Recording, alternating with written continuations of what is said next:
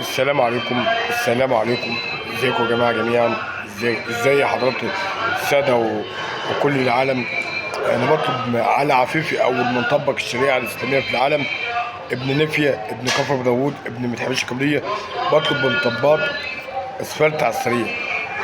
بطلب بانشاء 4 مطبات اسفلت على السريع، علشان نفاد الحوادث، ونفاد الناس اللي بتموت، ونفاد الناس اللي بتنكسر، ونفاد الناس اللي بتتعور وبتتأذي من طريق بتعدي الصبح بتوع شغلها. في ناس بتعدي الحريم بتوع السوق، وفي اطفال بيعدوا المدرسه. نفيه وكفر وداوود ومتحبش يعني. للاسف للاسف في حوادث كتير قوي من نفيه وكفر ومتحبش، كتير قوي هناك. يعني يا ريت انشاء مطبات اسفلت على السريع عشان نفادي الناس اللي بتموت بالخطأ ديت، من الناس اللي هي بتمشي سريع على السريع.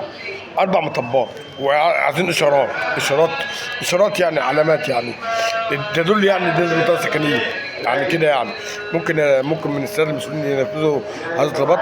انا بطلب من الساده المسؤولين، وبطلب من محافظه الغربيه اشرف الجندي، وبطلب من سياده رئيس الوزراء مسلم البولي، بطلب من كامل الوزير، وبطلب من السيد رئيس الجمهوريه بانشاء 4 مطبات مطب على امام متحبش كبليه، وامام نفيه، وامام كفر داوود. 4 مطبات او 5 مطبات على السريع، عشان الناس اللي بتموت دي يا جماعه. الناس اللي بتموت، الناس في خطر يا جماعه، على السريع هنا عندنا. ماشي. السلام عليكم.